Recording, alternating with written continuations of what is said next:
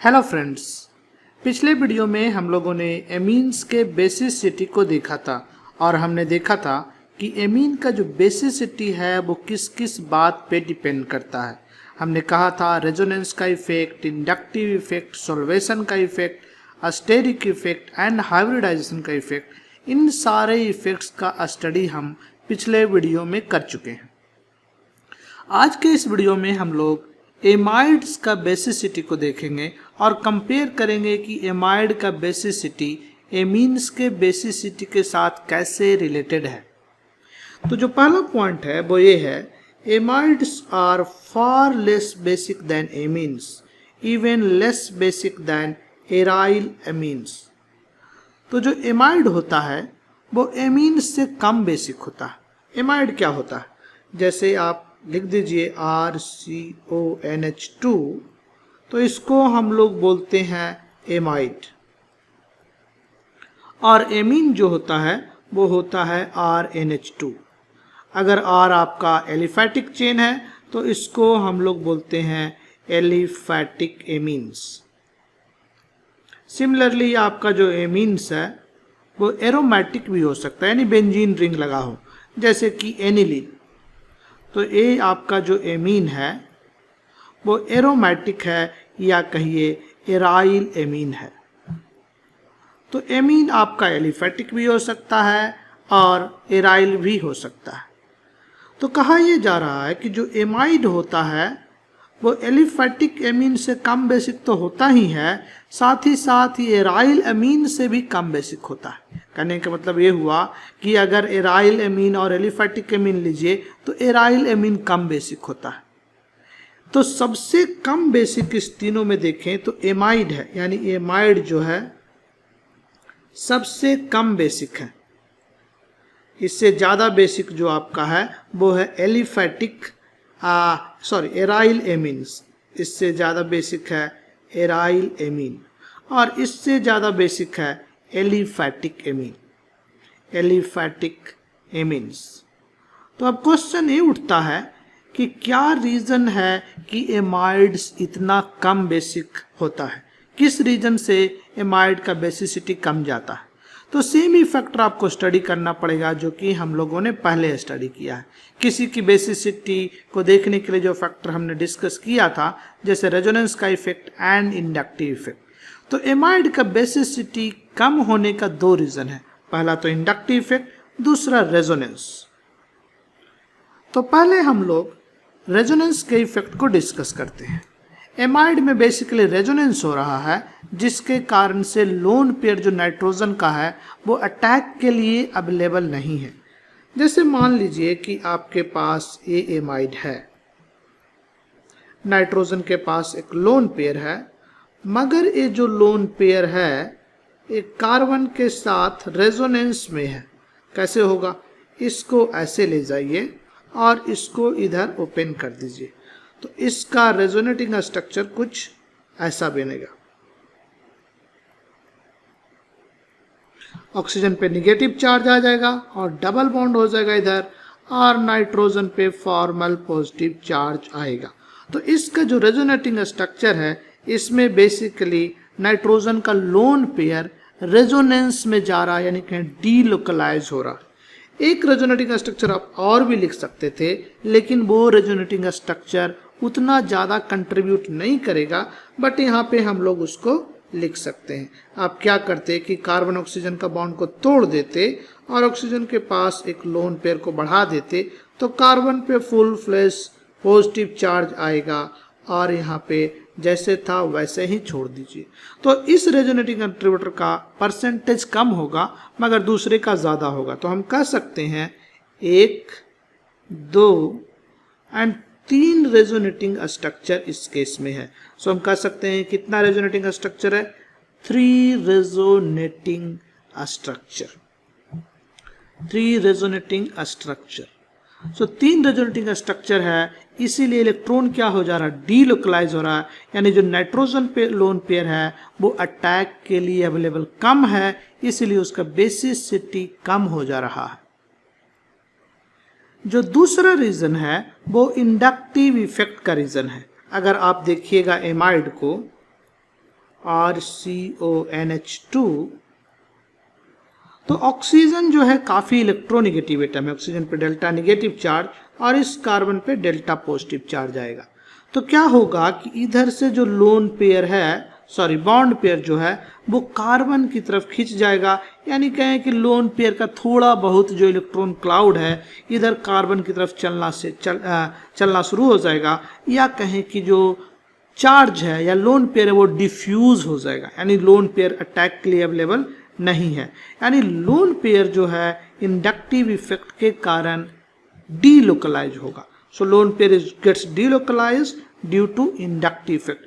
तो दोनों ही फैक्टर, पहला जो रेजोनेंस का फैक्टर था वो भी लोन पेयर को डिस्पर्स कर रहा, इंडक्टिव इफेक्ट का फैक्टर है वो भी लोन पेयर का डिस्पर्स कर रहा, इसीलिए एमाइड का जो बेसिसिटी है घट गया। ऐसा सिचुएशन एमीन में नहीं होता। अगर एमीन है आपके पास तो बेसिकली आर ग्रुप जो है इसको लोन पेयर या कहीं इंडक्टिव इफेक्ट के थ्रू इलेक्ट्रॉन देगा तो एमीन का बेसिसिटी बढ़ जाएगा, मगर एमाइड में जो नाइट्रोजन के ऊपर लोन पेयर है उसका बेसिसिटी घट जाएगा। सो जो अभी हमने कहा उसको हमने यहाँ पे दिखाया है कि इलेक्ट्रॉन क्लाउड कैसे डिस्पर्स होता है। अब देखिए ये इथाइल एमीन है और इधर एसिटामाइड है। एमाइड में देखिए ये जो निगेटिव चार्ज है यानी जो लोन पेयर है वो ऑक्सीजन की तरफ शिफ्ट हो गया, मगर एमीन में जो है वो नाइट्रोजन की तरफ लोन पेयर है। ये नाइट्रोजन को दिखा रहा, ए वाला है, या नाइट्रोजन एटम को दिखा रहा, यहाँ पे ऑक्सीजन एटम को दिखा रहा। आप देखिए एमीन जब होता है तो होता RNH2, तो यहाँ आपका ये नाइट्रोजन एटम है। एमाइड जब होता है तो होता RCONH2, तो ये जो है ऑक्सीजन एटम है। तो ऑक्सीजन एटम के पास हाईली निगेटिव चार्ज है, यानी पूरा इलेक्ट्रॉन क्लाउड जो है बेसिकली ऑक्सीजन की तरफ शिफ्ट हुआ, इसीलिए एमाइड का बेसिसिटी कम गया, यानी कहें कि ऑक्सीजन पे इलेक्ट्रॉन क्लाउड का डेंसिटी बढ़ गया एमाइड के केस में। बेसिकली इसी कारण से हम लोग जब प्रोटोनेट करते हैं एमाइड को तो ऑक्सीजन पे जाकर के हाइड्रोजन अटैच होता है। इसी बात को हमने यहाँ लिखा है।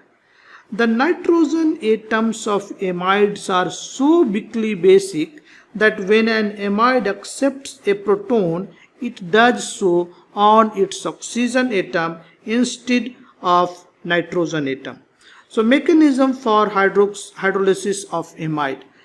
तो हम क्या कर रहे हैं, हम यहाँ पे ये कह रहे हैं कि अगर आपके पास एमाइड है RCONH2 और आपने इसको प्रोटोनेट करना चाहा, यानी H3O+ के साथ प्रोटोनेशन किया, तो प्रोटोनेशन जो होगा वो ऑक्सीजन पे होगा ना कि नाइट्रोजन पे होगा। यानी ऑक्सीजन यहाँ से एक H+ ले लेगा और ये जो है बना लेगा ऑक्सीजन के पास एक फॉर्मल चार्ज आ जाएगा, एक लोन पेयर होगा, एक NH2 ग्रुप होगा। तो अब देखिए इसमें किस पे प्रोटोनेशन हो रहा, नाइट्रोजन पे प्रोटोनेशन नहीं हो रहा, ऑक्सीजन पे प्रोटोनेशन हो रहा। रीजन क्या है कि ऑक्सीजन के पास इलेक्ट्रॉन क्लाउड का डेंसिटी बढ़ चुका है, इसीलिए जब आप प्रोटोनेट करते हैं तो ऑक्सीजन पे प्रोटोनेशन होता है।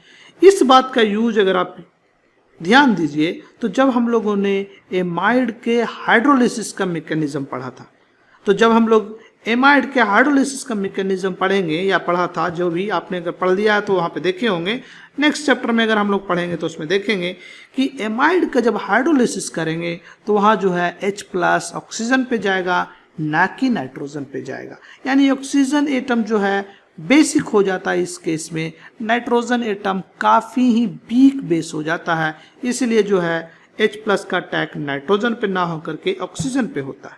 यहाँ एक इम्पॉर्टेंट बात ये भी है कि इसमें ऑक्सीजन के पास ऑक्टेट कंप्लीट है। देखिए 2 और 2 इधर से 4, 2 6, 2 8, तो ये जो स्ट्रक्चर है काफ़ी स्टेबल स्ट्रक्चर है, इवन दो ऑक्सीजन पे एक पॉजिटिव चार्ज है।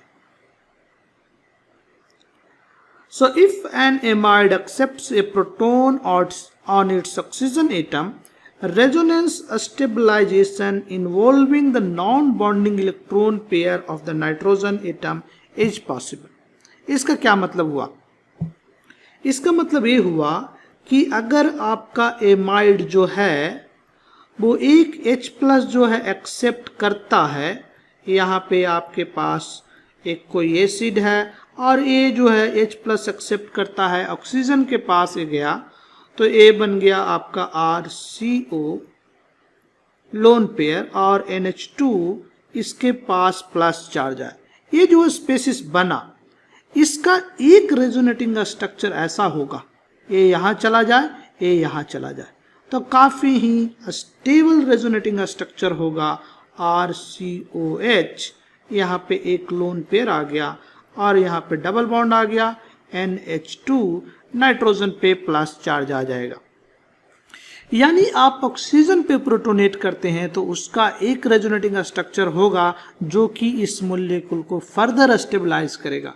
इसीलिए इस केस में एमाइड पे जब भी प्रोटोनेशन होता है तो ऑक्सीजन पे प्रोटोनेशन होता है, नाइट्रोजन पे कोई प्रोटोनेशन नहीं होता है।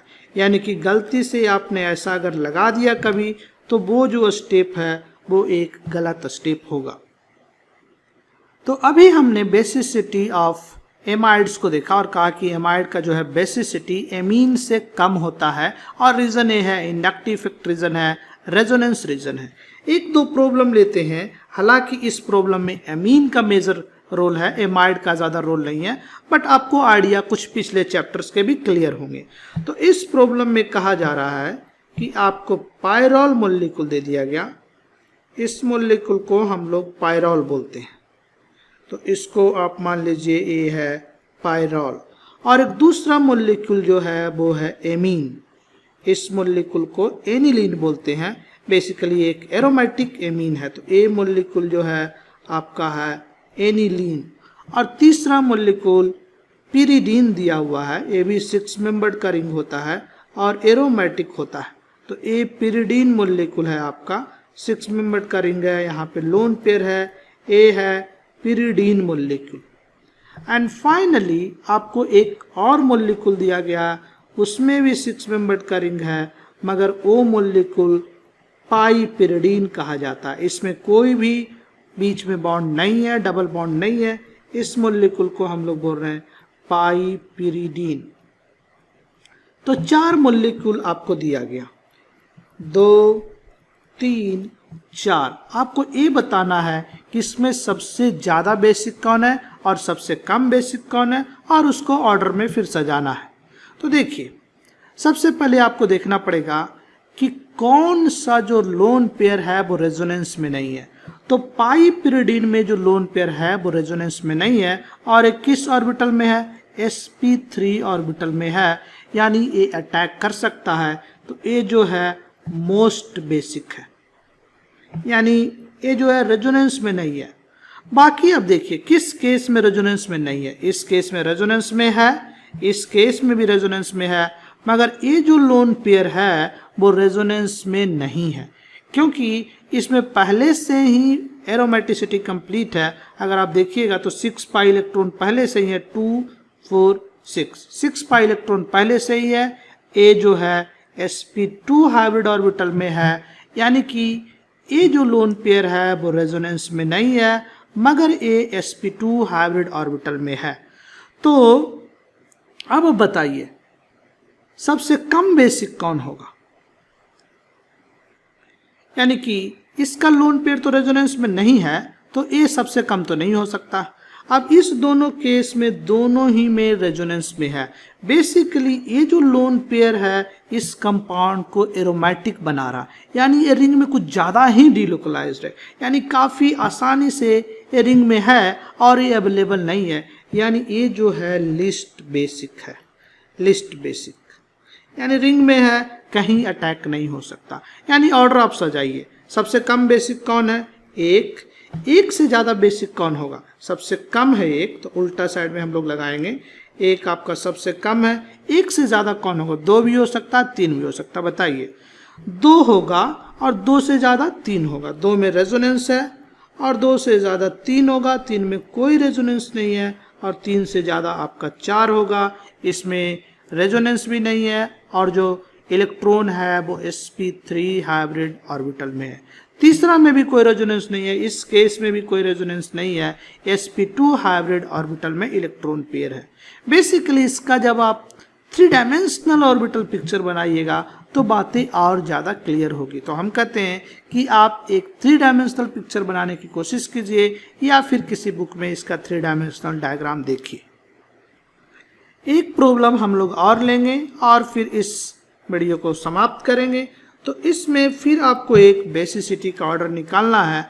आपको 3 कंपाउंड दिया हुआ है, तो यहाँ पे आपका एक NO2 ग्रुप लगा हुआ है और यहाँ पे नाइट्रोजन के साथ हाइड्रोजन है, डबल बॉन्ड है, यहाँ पे लोन पेयर है जो कि बेंजीन रिंग के साथ रेजोनेंस में है। बेंजीन रिंग नहीं कहिए, या कहिए कि ये जो कंपाउंड का जो इलेक्ट्रॉन है वो रेजोनेंस में है या एरोमेटिक बनाने में मदद कर रहा है। दूसरा जो कंपाउंड है वो कुछ ऐसा है, अंतर इतना ही है कि इस केस में NO2 ग्रुप अटैच्ड नहीं है। और तीसरा जो है नाइट्रोजन, हाइड्रोजन, और यहाँ पे एक नाइट्रोजन है और यहाँ पे आपका एक डबल बॉन्ड है, यहाँ डबल बॉन्ड है, लोन पेयर है, लोन पेयर है। तो आपको 3 कंपाउंड दिया हुआ है और आपको बताना है बेसिसिटी ऑर्डर। सो आपको इसका बेसिसिटी ऑर्डर बताना है। सबसे ज़्यादा बेसिक कौन होगा, आपको वही देखना पड़ेगा कि किस केस में एरोमेटिक है, किस केस में रेजोनेंस में। तो इस केस में एरोमेटिक बनाता है लोन पेयर, इस केस में भी लोन पेयर एरोमेटिक बनाता है, बट इस केस में जो ए वाला लोन पेयर है वो sp2 ऑर्बिटल में तो है मगर ये रेजोनेंस में नहीं है। ए वाला लोन पेयर कंपाउंड को एरोमेटिक बनाने में मदद कर रहा, मगर ए लोन पेयर जो है कंपाउंड को एरोमेटिसिटी में नहीं जा रहा, यानी कंपाउंड के एरोमेटिसिटी में कंट्रीब्यूट नहीं कर रहा। यानी कंपाउंड नंबर 3 जो है सबसे ज़्यादा बेसिक है। और किस नाइट्रोजन कहेंगे ज़्यादा बेसिक है, अगर इस नाइट्रोजन को Na कहते हैं, इसको Nb कहते हैं, तो नाइट्रोजन जिसको कि हमने B से डिनोट किया है वो नाइट्रोजन ज़्यादा बेसिक है कंपाउंड 3 का, क्योंकि वो नाइट्रोजन का लोन पेयर रेजोनेंस में नहीं है, रिंग के साथ रिंग को एरोमेटिक बनाने में मदद नहीं कर रहा। यानी 3 सबसे ज़्यादा बेसिक है। 1 और 2 में 2 ज़्यादा होगा, क्योंकि यहाँ पे जो एक NO2 ग्रुप लगा हुआ है वो इलेक्ट्रॉन को अपनी तरफ खींचेगा -I से, यानी इसको लेस बेसिक बनाएगा। तो आपका दूसरा नंबर का जो कंपाउंड है, तीसरा सबसे ज़्यादा, उसके बाद दूसरा, उसके बाद पहला, यही इस कंपाउंड में बेसिसिटी का ऑर्डर हुआ। तो आशा करते हैं कि आपको ये वीडियो अच्छी लगी होगी और आप एमाइड एंड एमीन के बेसिसिटी ऑर्डर को अच्छी तरीके से समझ गए होंगे और कंपेयर कर सकते हैं। अगर वीडियो अच्छी लगती है तो अपने दोस्तों के बीच शेयर करिए और हम आपसे फिर मिलते हैं एमीन के कुछ और पहलू लेकर एक नए वीडियो में।